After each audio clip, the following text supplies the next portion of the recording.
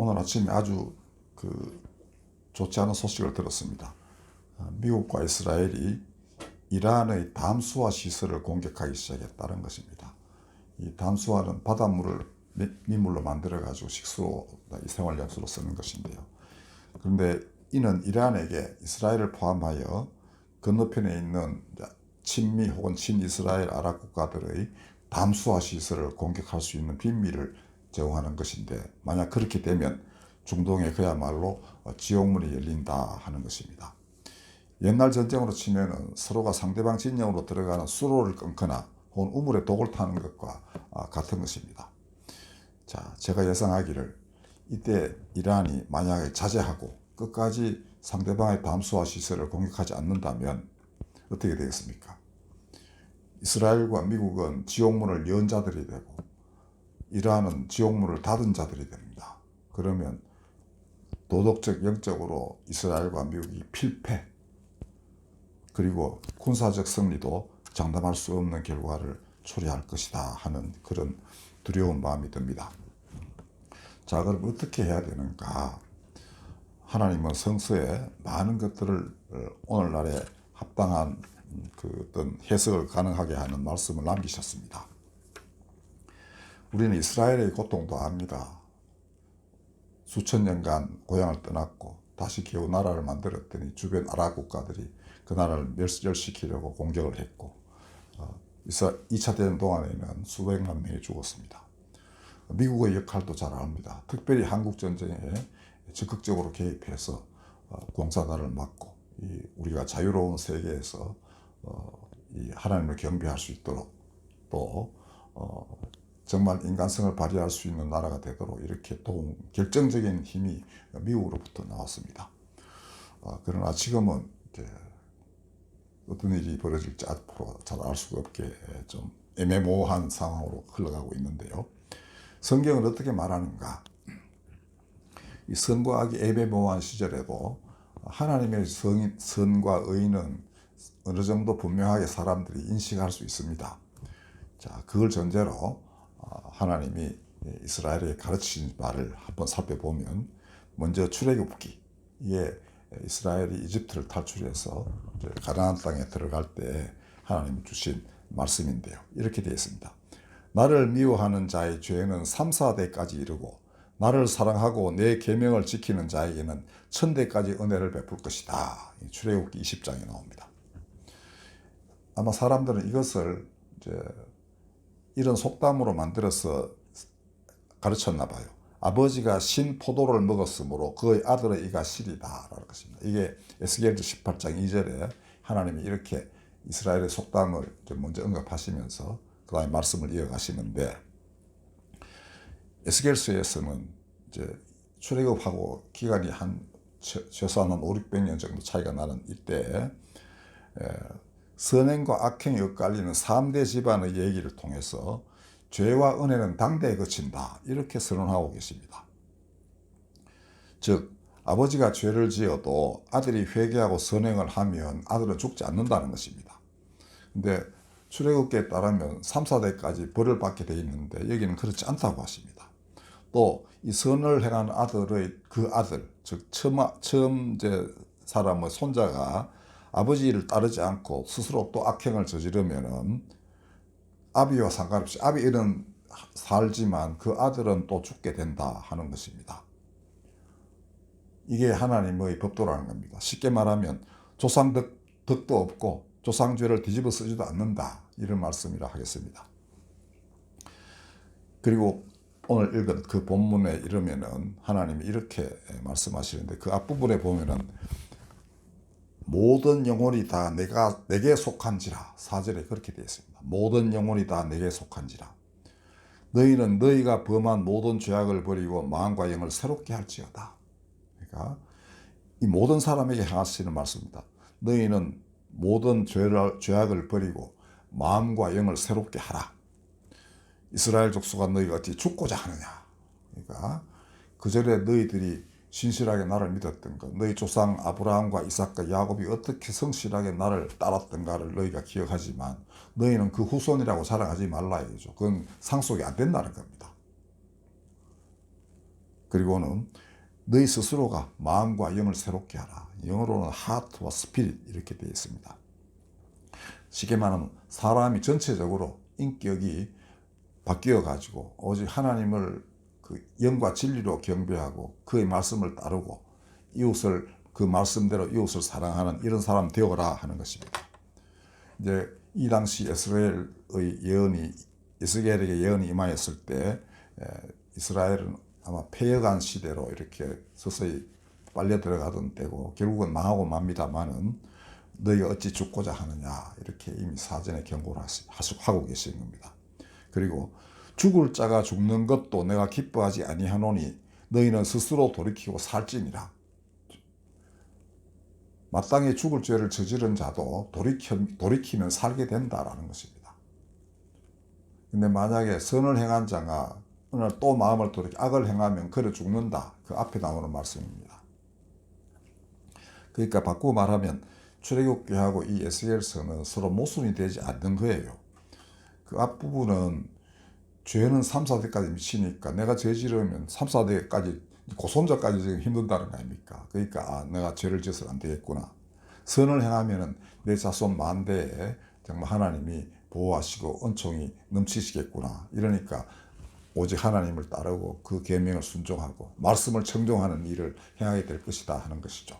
그렇게 가르쳤고 이 에스겔서는 아버지가 설사 악행을 저질러도 그럼 내가 벌 받네. 그럼 나는 뭐 굳이 내가 선한 일을 행할 필요가 뭐 있겠냐 이런 생각하지 말라는 겁니다. 아버지가 죄악이 있어도 너는 스스로 삼가하고 선을 행하라. 그리하면 너는 산다라는 거고.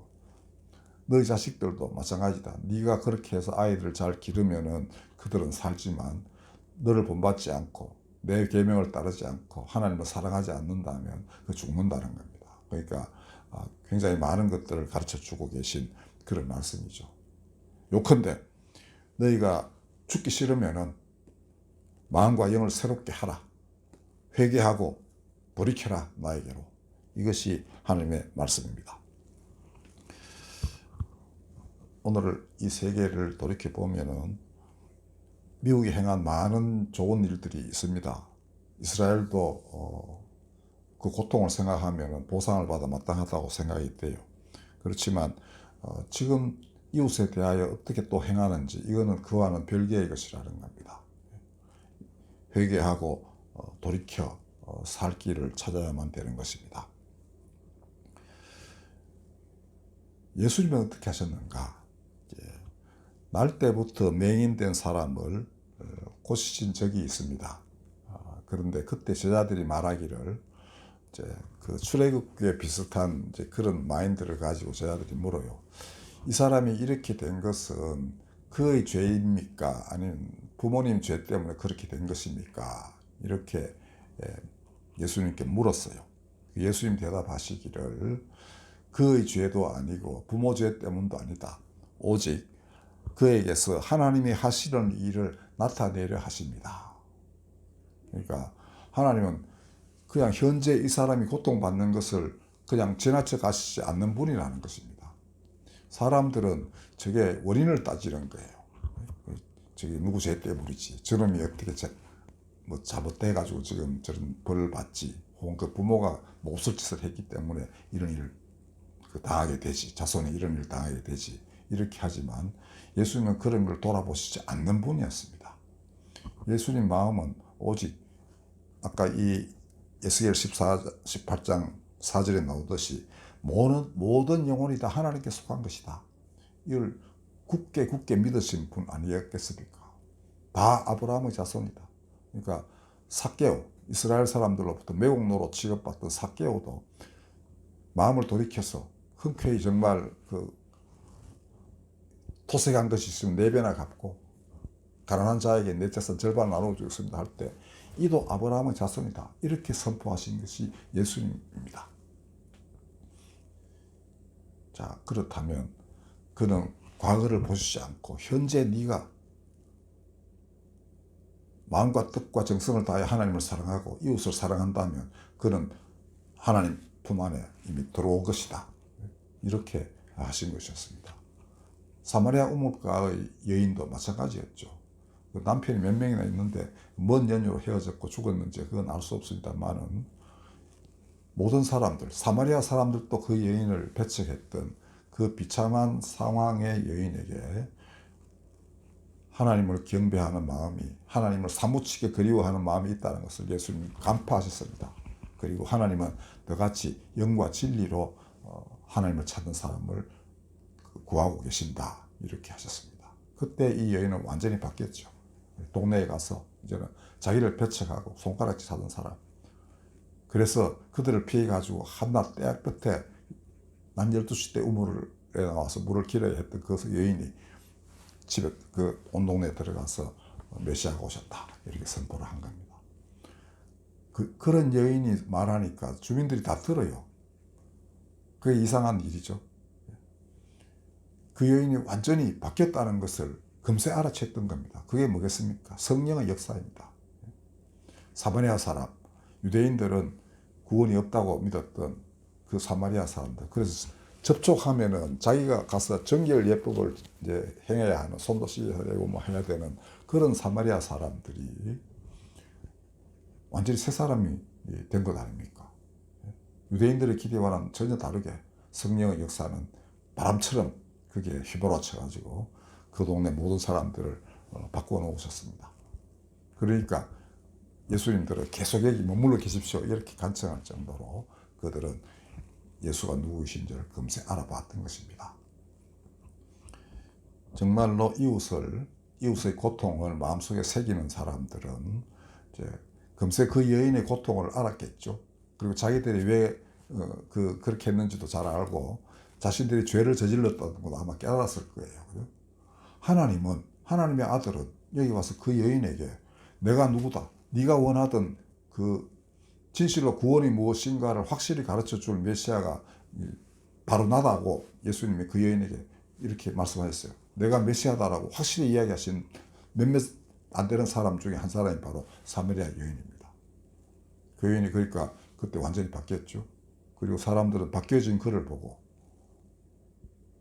그들도 스스로 배척되어야 했던 비극의 그 역사를 지닌 후손들 아닙니까? 자기 죄들도 안 해요. 예수 당시에 사마리아 사람들은 700년 전에 저지른 조상들이 뭐 잘못해가지고 지금 그 혼혈도 되고 뭐 신앙도 이제 막 그 혼잡하게 되어버린 그런 사람들로 취급되던 거였는데 자기 죄 아니잖아요.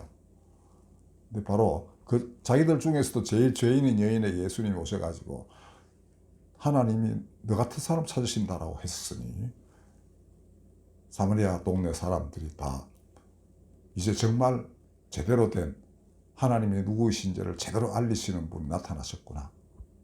하나님이 보내신 그리스도 메시아가 맞으시다. 이렇게 하고서는 가능하면 며칠간 더 머물러 계십시오, 이렇게 했습니다. 그게 사람들이 그에게 베풀 수 있는 최대한의 예우죠. 떠돌아다니시면서 하나님 나라의 복음을 전해야 할 분이라는 임을 잘 알지만은 그래도 며칠이라도 여기도 머물러 계시고 우리가 당신을 대접할 수 있는 기회를 주십시오, 이런 것 아니겠습니까? 몸이 한 개밖에 없으니까 한 집에만 머물러 계시겠지만 아마 이웃 사람은 또 어제는 이 집에 가셨어요, 오늘 우리 집에 좀 계십시오, 이렇게 말하고 싶었을지도 몰라요. 이게 정말로 예수님을 만나는 사람들이 그를 대하는 마음 아니겠는가, 이렇게 생각이 됩니다. 그 마음을 잘 아시니까 예수님도 삭개오에게 오늘 내가 너희 집에 하룻밤 자겠다, 이렇게 말씀하시거든 아닙니까? 그 몸과 영과 모든 것이 그 집에서 머물러 있고 편안하게 쉬겠다, 그리고 너와 함께 많은 것들을 나누겠다, 이런 약속 아닙니까? 그러니까 사람들은 그를 맞이하는 그게 입으로만 믿습니다, 이게 아니고 그냥 우리 집에 와 계십시오, 하루라도 우리 집에서 머물면서 저와 대화도 나누시고 제가 드리는 음식도 드시고 침대에서 편히 주무시기를 바랍니다. 이게 이제 믿음의 가장 소박하면서도 가장 결정적인 그런 표현입니다. 이 맹인된 사람은 정말 그 다음에는 확실하게 예수님을 증거하는 그 일을 벌이는데 주변 사람들은 이 사람도 막 비난하기도 하고 막 그래요. 자, 그런데 오늘날 이 돌아가는 상황을 보건대 좀 좋지 않다는 조짐이 자꾸 이제 나타납니다. 그래서 이스라엘이 죽지 않고 살려면, 그다음 미국도 죽지 않고 살려면은 정말 하나님 뜻이 무엇인지, 이 모든 영혼이 다 속해 있는 하나님이 어떤 분이시며 그가 이 모든 인류를 어떻게 대하시는지를 깨달아 아는 그 회개의 그 기도가 필요하고, 그걸 알게 해달라고 해야 됩니다. 그 다음에 진실로 하나님의 뜻이 이루어지도록 그 무언가를 해야 돼요. 미국이 지금 목적이 이란에 있는 석유다 하는 그런 얘기가 자꾸 나오고 있는데 모르겠어요. 근데 미래는 아직 불투명하지만은 이것저것 가릴 것 없이 바로 지금이라도 다들 아브라함을 믿음의 조상으로 받드는 종교예요. 유대교, 이슬람, 기독교 다 마찬가지입니다. 그런데 그러면 그 족장들의 믿음은 어떤 것이었는가 보면은 이웃과 그렇게 막 싸우면서 그렇게 하지는 않았습니다. 다 평화로운 가운데에서 상대방은 우상을 숭배하는 사람일지라도 함부로 파괴하거나 이런 건 아니었어요. 오히려 본인들의 신앙을 더욱더 확고히 하는 이런 계기로 삼아가지고 하나님의 이름이 영광되게 하는 그런 일을 행했습니다. 그러니까 상대방도 아브라함에게 특히 보면은 당신은 하나님을 경배하는 사람, 이렇게 말할 정도로 그 인정을 받은 그런 믿음의 사람들이었습니다. 그게 가능하려면은 정말 하나님처럼 행동하고 생각하고 해야 되지 않겠습니까? 오늘의 이스라엘, 우리나라도 마찬가지입니다. 한때 1907년의 대부흥운동이 정말 역사의 전환점이 됐다 할 정도로 많은 사람들이 그렇게 평가도 하지만은 그거는 그때 분들의 얘기입니다. 오늘 기독교인들이 그 이어서 정말 똑같은 마음으로 뭔가 잘못한 것에 회개하고 돌이키고 하나님 뜻을 행하려고 힘써 노력하지 않는다면은 그 공로는 그냥 없어지는 거예요. 그건 그때 분들, 지금은 지금 사람들 책임, 이렇게 되는 것입니다. 오늘의 교회도 새로워져야 되고, 특별히 미국의 보수적인 기독교인들도 이게 좀 바꿔지지 않으면 미국 자체의 운명이 바람 앞에 등불 같이 될 수도 있겠다 하는 생각이 듭니다. 만약에 제가 이란의 지도자로서 하메이니 같은 집에 있다 합시다. 그러면은 상대방이 내 땅 이란의 그 담수화 시설을 공격해도 나는 절대로 공격하지 않을 겁니다. 이게 쉽게 말하면 싸움에서 고수들은 그렇게 할 거예요. 하수들이 막 마구잡이를 막 덤벼가지고 이거 하면 이기겠구나라고 하지만은 그거는 근본적으로 전쟁을 이기는 방법이 아닌 것입니다. 지금 이란이 악의 축이라고 합시다. 그렇다고 이기려면 그런 방법을 써서는 좀 졸렬하다는 거죠. 오히려 상대방에게 역전의 기회를 제공하는 것밖에 되지 않습니다. 제가 이 보도가 사실이 아니기만을 믿는데 어쨌든 이 전쟁이 정말로 평화의 어떤 결실을 맺는 쪽으로 뭔가 대대적인 전환을 해야만 되는 그런 시기에 왔다고 생각이 되고, 특별히 예수 그리스도의 이 십자가의 그 고난을 생각하는 이 사순절 기간 동안에 이 세계 정세가 새로운 변화의 계기를 맞이하기만을 우리 간절히 기도해야 되겠습니다. 다 같이 기도하겠습니다. 주께서 지셨던 십자가를 생각하면 오늘의 세상은 그와는 너무나 판이한 길을 가고 있습니다.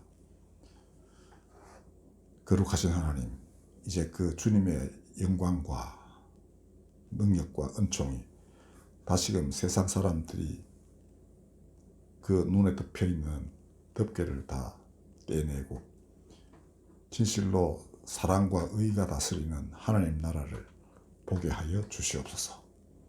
그것 아니면 이 땅이 어찌 견딜 수 있으리이까. 지구가 감당할 수 없을 만큼 많은 피를 저는 한 세 동안 흘렸는데 또 이 세기가 싸움과 살육의 터전으로 변하고 있으니 어찌 세상이 견디리이까. 아버지 하나님, 이제는 택하신 자들을 통하여 이 세상에 새로운 변화의 물결이 일게 하시고 놀라운 성령의 역사가 사람들의 마음을 돌이켜 그리스도의 말씀을 생각나게 하여 주시옵소서. 예수님의 이름으로 기도하였습니다. 아멘. 찬송가 145장 부르겠습니다.